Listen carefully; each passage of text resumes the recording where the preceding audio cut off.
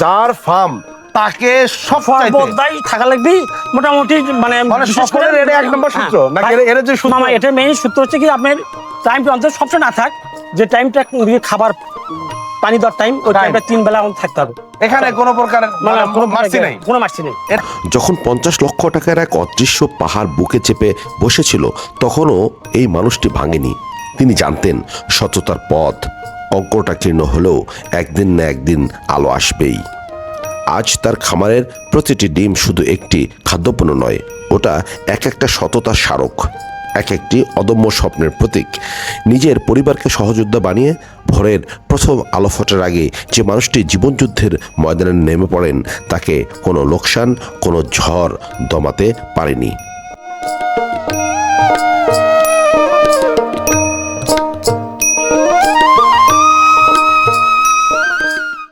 কতটা আমাদের দেশ এগিয়ে যাচ্ছে, আমাদের এই সেক্টরের যারা সফল তারা কতটা সফল এটা বোঝা যায়। আমরা দীর্ঘ সময় তার আসলে কথা বলছি। আমরা এই ফার্মে এসে আমরা যেটা দেখতে পেয়েছি, একদিকে যেমন আসলে ফার্মের গোছালো একটা পরিবেশ, পাশাপাশি এই ফার্মের যে এনভায়রনমেন্ট, এর জন্য যেটা দরকার, এ কি পছন্দ করে, কেমন হাওয়া পছন্দ করে, কেমন ঘর পছন্দ করে, সবকিছুই কিন্তু এখানে পরিপাটি করে সাজানো হয়েছে। উপরে আমরা যেমন ছাদগুলো দেখছি টিনের ছাদ, তো ছাদের নিচে কিন্তু আবার গরম যেন না লাগে সেজন্য এখানে ফয়েল আছে, এখানে সেই জিনিসগুলো দেওয়া আছে।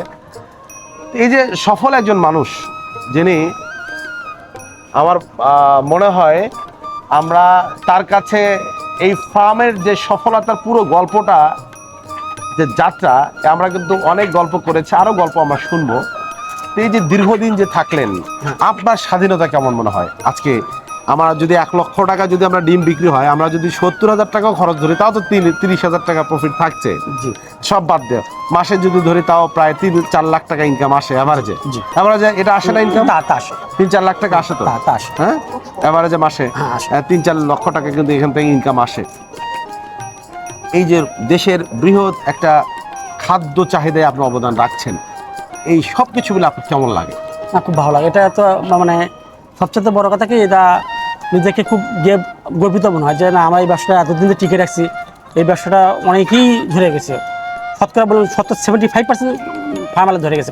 আমরা টিকে আছি শুধুমাত্র আমাদের কঠোর পরিশ্রম এবং নিয়মকানুন এবং পরিচর্যার জন্য আমরা এখানে টিকে আছি। সবচেয়ে বড় কথা, এই ব্যবসায় যদি সফলতা অর্জন করতে চায় তাকে নিজে সময় দিতে হবে। মুরগির সফল হওয়ার জন্য আপনার 26 বছরের অভিজ্ঞতা কি আছে? এগুলো মানে সুন্দরভাবে সুস্থ থাকবে। আমার আরেকটা অভিজ্ঞতা বলতে কি, আমি সিস্টেমে ফার্মটা এত বড় করছি, আমি একটা সিস্টেম করছি, চান সিস্টেমটা হচ্ছে যে আমার ধরেন সবসময় আমার কিন্তু মুরগি 14,000, আমার 10,000, 11,000, 12,000 সবসময় রানিংয়ে থাকে। তারপর 3,000 মুরগি তোলার পর আপনার ওই 3,000 মুরগি ডিম আস্তে আস্তে যখন এটা তাই এটা যেরকম ডিম পাড়া বছর 18 মাস হচ্ছে, ওটা ডিম আসবে, তখন 1 মাসের ডিম আসে যাবে, তখন মোটামুটি ফুল ডিম চলে আসবে, তখন এটা বিক্রি করে দেবো। দেওয়ার পর আবার ফের 32 তুলো ফির, এবার তোলার পর ফের এটা যখন আটা যখন বিক্রির টাইমে দেবেন, ফের আবার 8টা তুলে দেবেন। যেমন আমার সবসময় 10,000, 20,000 মুরগির ডিম সবসময় না থাকে, আমার টার্গেট 10,000 সবসময় থাকে। মানে আমি মোট কথা ওটা আমি মানে সবসময় পূর্ণ রাখি।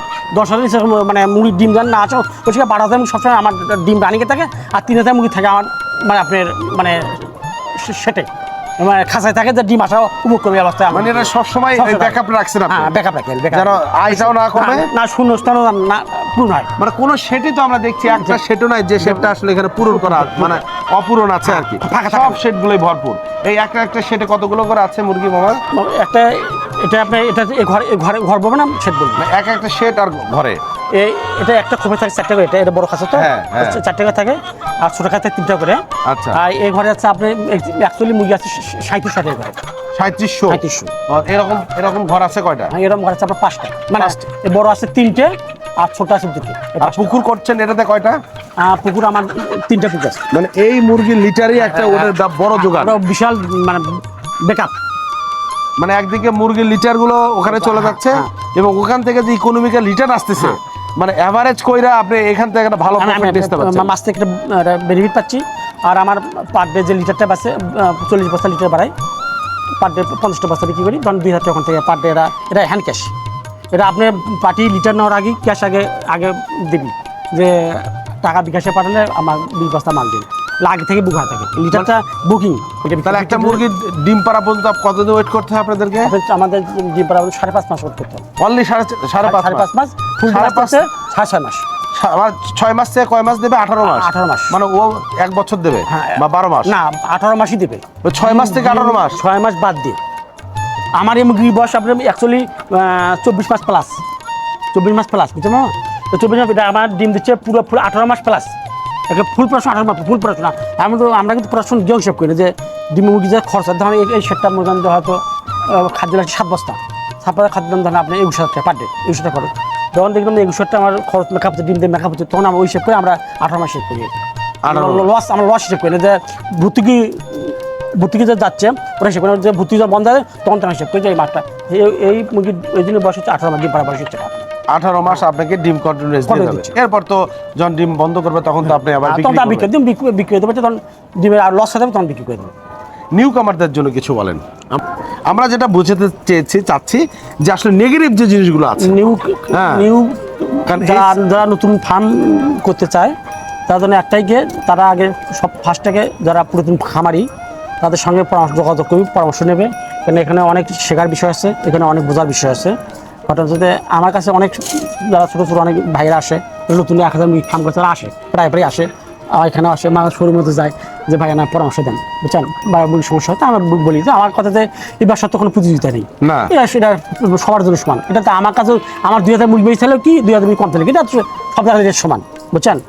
আমাদের মেইন প্রথম মেসেজ যে যারা উদ্যোক্তা যারা ফার্ম দেবে প্রথম অত বড় না করে 500 বা 1000 করুক, করার পর আস্তে আস্তে আস্তে আস্তে মনে যে তখন ব্যবসা বুঝে যাবে, এটা বোঝার বিষয় আছে। এখানে ভ্যাকসিন শিডিউল আছে, তারপর এখানে আপনার মুরগির বাচ্চা কোন কোম্পানি ভালো না বলে প্রতিদিন খামারির সঙ্গে যোগাযোগ করলে যারা খামারি ভালো তারা খারাপ পরামর্শ করে দেবে না, বুঝছেন। ভালো পরামর্শ দিলে ও বেচারি আর কোনো লস খাবে না। সূত্র ধরে কিন্তু আপনি মামা বলি, মামা ভাগ্নের সম্পর্ক আমাদের ভিডিওতে আপনারা ফার্স্ট টাইমে যেতে দেখেছেন, আমরা এই সম্পর্কে যাইনি কিন্তু সম্পর্কটা চলে এসেছে, যেহেতু আমার বাড়ি ওই অঞ্চলেই।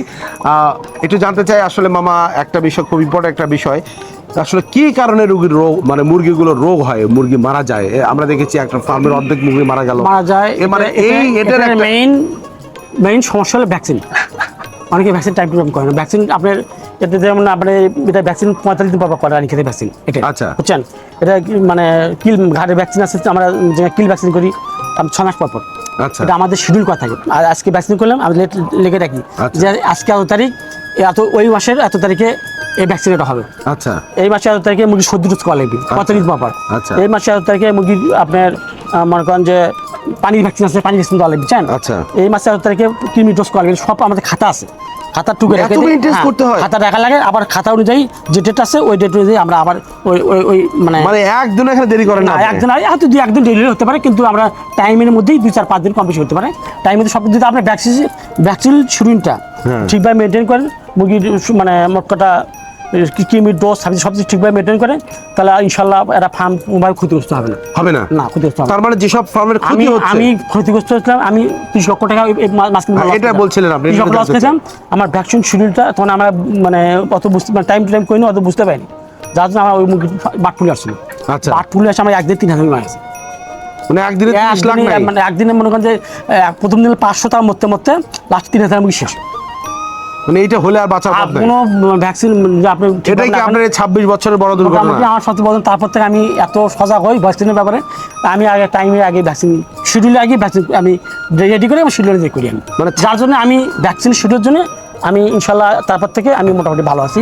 একজন আলো, তার নাম মনে হয় আসলে সফলতার জন্য আলোই হয়েছে, আতিকুর রহমান আলো, এই ফার্মের যিনি স্বত্বাধিকারী। আজকে তিনি তার এই যাত্রায় কখনোই থেমে থাকেননি।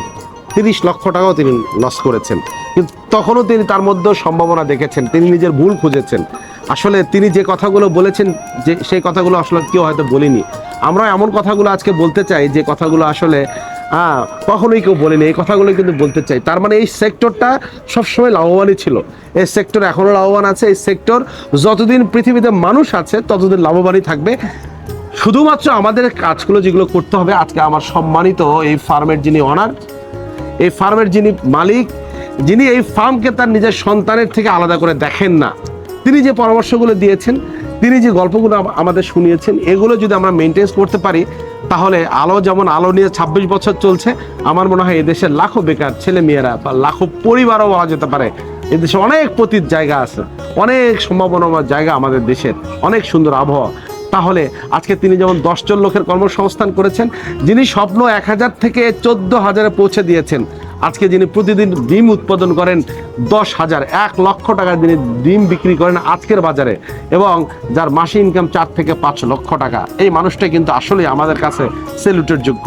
আপনার কাছে অনুরোধ, আপনারা এই ব্যাপারটা একটু দেখেন, দিনে আমাদের 10 টাকা থাকলেও আর আমাদের এই সেক্টরটা দর্শক, যারা আমাদের পুষ্টির যোগান দেয়, প্রোটিনের যোগান দেয়, আমরা এই প্রোগ্রামের মধ্য দিয়ে সরকারের যথাযথ কর্তৃপক্ষকে অনুরোধ করব, আজকে আমার বিল্ডিং উন্নত হচ্ছে হোক, আমার ভালো ডাক্তার আসতেছে আসুক, সমস্যা নেই, ভালো রাস্তা হচ্ছে হোক, কিন্তু বাট আমার যদি খাদ্য সংকটে চলে যায়, যারা উৎপাদন করছে, যারা এগুলো আসলে সাপ্লায়ার, যারা এগুলো প্রোডাকশন করছে, তারা যদি ভালো না থাকে, আমরা কিন্তু ভালো থাকবো না।